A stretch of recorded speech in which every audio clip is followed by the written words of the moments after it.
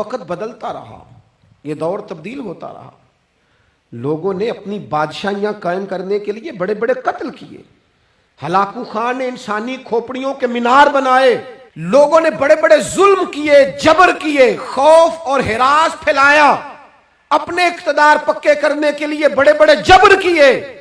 پھر کیا ہوا؟ ایسی ایسی بیماریاں لگی جن کے علاج ہی کوئی نہیں تھے دنیا میں، بھری ہوئی تجوریاں، پیسے باہر گر رہے ہیں، پر ڈاکٹر کہہ رہا ہے تیرا مرض ہی وہ ہے جس کا علاج ہی کوئی نہیں۔ اللہ تبارک و تعالیٰ کے قانون سے جب لوگ ٹکراتے ہیں پھر پاش پاش ہو جاتے ہیں۔ وقت گزرا، ٹائم یزید کا آیا، وقت گزرا تو ٹائم عبید اللہ ابن زیاد کا آیا، ٹائم شمر کا آیا۔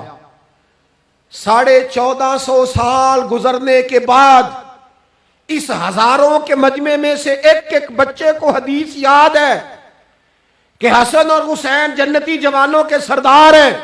بتاؤ یزید کو نہیں آتی تھی؟ شمر کو نہیں پتا تھا؟ کلمہ تو پڑھتے تھے نا یہ؟ عبید اللہ ابن زیاد کو نہیں پتا تھا؟ نبی پاک علیہ السلام کے کندھوں پر حسنین رہے، ان سب کو پتہ نہیں تھا؟ یہ جانتے نہیں تھے کہ یہ وہ حسنین کریمین ہیں جن کو حضور سنتے تھے، فرماتے تھے یہ میرے پھول ہیں دونوں؟ کیا بات رضا اس چمنستان کرم کی، زہرا ہے کلی جس میں حسن اور حسین پھول۔ آج 1450 سال گزرنے کے بعد امت کو حدیث آتی ہے کہ نبی پاک علیہ السلام نے فرمایا جس نے حسن اور حسین سے پیار کیا اس نے مجھ سے پیار کیا، جس نے ان سے بغض رکھا اس نے مجھ سے بغض رکھا۔ کلمہ پڑھتے تھے، مسلمان کہلاتے تھے۔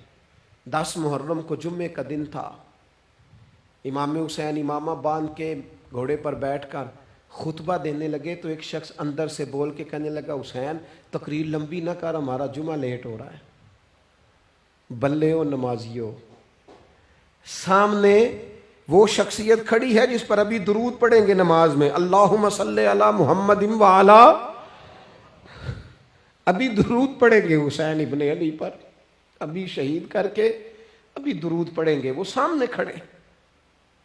اور امام حسین کا ایک جملہ تاریخ نے یوں لکھا ہے کہ شاید ریت کے ذرے بھی تڑپ گئے۔ امام علی مقام فرمانے لگے مجھے غور سے دیکھو، تمہیں پتہ ہے میں کون ہوں؟ تم جانتے ہو میں کون ہوں؟ نبی پاک نے فرمایا تھا یہ حسن اور حسین میرے بیٹے ہیں کیونکہ میری بیٹی کے بیٹے۔ تمہیں پتہ ہے میں کون ہوں؟ سامنے امام حسین کھڑے، فرمایا مجھے جانتے ہو؟ اور امام علی مقام فرمانے لگے میں تمہارے نبی کا نواسا ہوں، اور آج کے بعد تمہیں کسی نبی کا کوئی نواسا نہیں ملے گا، کیونکہ نبی پاک آخری نبی ہیں، اور جب حضور کے بعد کوئی نبی نہیں آئے گا تو کسی نبی کی اولاد کیسے ہوگی؟ تمہیں آج کے بعد کسی نبی کے نواسے کی زیارت نہیں ملے گی۔ میں کیسے آپ سے یہ بات آپ کو عرض کروں کہ سامنے حسین ابن علی بھی ہوں تو لوگ نفس کی خواہشیں پوری کرتے ہیں، لوگ اپنی کرسیاں پکی کرتے ہیں، لوگ گورنریاں پکی کرتے رہے، لوگ گڈ بک میں جانے کے لیے ایک دوسرے کو شاباشیاں دیتے رہے، جشن ہوتا رہا۔ سب سے پہلے ایک شخص نے امام حسین کا قافلہ روکا تھا، اس کا نام حور بن یزید تھا، سب سے پہلے اس نے روکا تھا، وہ ایک لشکر کا سپہ سالار تھا۔ جب امام حسین رضی اللہ تعالیٰ عنہ نے خطبہ پڑھا نا تو حور یزیدی فوج میں تھا، واپس گیا اور عبید اللہ ابن زیاد سے جا کے کہنے لگا، یا جو بھی وہاں لوگ موجود تھے یزیدی فوج کے، ان سے کہنے لگا تم نے تو کہا تھا کہ صرف راستہ روکنا ہے، تم نے تو کہا تھا کہ صرف ان سے کچھ منوانا ہے، تم نے تو جب مجھے بھیجا تھا تو کہا تھا کہ بس تھوڑے معاملات ہیں، اوہ سچ بتاؤ نبی کے نواسے کو شہید کرو گے؟ تم نے تلواریں نکال لی ہیں، نیزے نکال لیے ہیں، تیر نکل آئے ہیں، تیاری مکمل ہے، مجھے سچ بچاؤ، کیا حسین ابن علی کی گردن پر خنجر چلانے لگے ہو؟ سیدہ فاطمہ کا جگر پارا شہید ہوگا؟ کیا یہ خبر سچ ہے؟ یوں ہوگا؟ تو کہنے لگے ہاں یہی حکم ہے ہمیں، یہی تیاری ہے، یہی پروگرام ہے، یہی پلان ہے، یہی ہوگا. کہنے لگا میں اور آپ تو مدینے والے رسول کا کلمہ پڑھتے ہیں، تو کیا محبوب کے نواسے کو ذبح کرو گے؟ جناب علی اکبر کو، جن کا چہرہ رسول پاک سے ملتا ہے، حضرت قاسم بن حسن کو، جناب علی کے بیٹوں عباس بن علی کو، حضرت علی کے بیٹے ابو بکر بن علی کو، حضرت علی کے بیٹے عمر بن علی کو، حضرت علی کے بیٹے یہ بھی 3 کربلا میں موجود، حضرت عثمان ابن علی کو، ان کو شہید کرو گے؟ نے کہا ہاں تیاری ہو گئی ہے. تو سب کے ضمیر مردہ نہیں ہوتے. ہاں بڑی بڑی سخت جگہوں پہ پھول اگتے ہیں.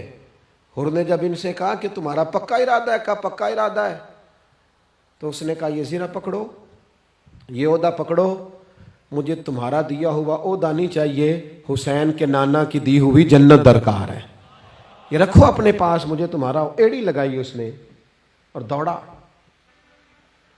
اور امام حسین کے قدموں میں گیا. کہنے لگا حضور میں مجرم ہوں، میں خطا کار ہوں، میں نے سب سے پہلے آپ کو روکا تھا، پر مجھے قسم ہے اللہ کی میں جانتا نہیں تھا ان کا ارادہ کیا ہے. حضور بھول گیا،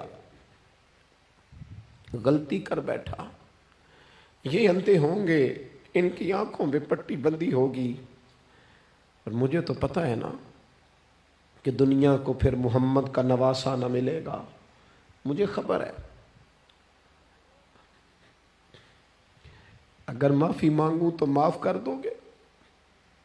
پہلا مجرم ہوں، میں نے روکا ہے، اگر آ جاؤں تو قبول کر لو گے؟ یہ ظرف، یہ حوصلے، یہ توانائیاں اگر ہیں تو سیدہ فاطمہ کے دودھ میں ہیں، یہ شیر خدا کی تربیت میں ہیں، یہ محبوب نے جو ان کی زبانوں کو چوسا تو اس کرم میں ہے. حضرت امام حسین نے اٹھ کے سینہ یوں چوڑا کیا، ہاتھ پھیلائے، فرمایا آجا، لگ جانا میرے سینے کے ساتھ، تو آ جانا، تو نے دیر کی، ہم تو پہلے سے منتظر تھے، تو آ جا، تیری ساری معاف ہیں. حر کے مقدر جاگے، امام علی مقام کے لشکر میں شامل ہوا. بعض نے لکھا ہے جو لوگ ابتدا میں شہید ہوئے امام حسین کی طرف سے، ان میں حر شامل.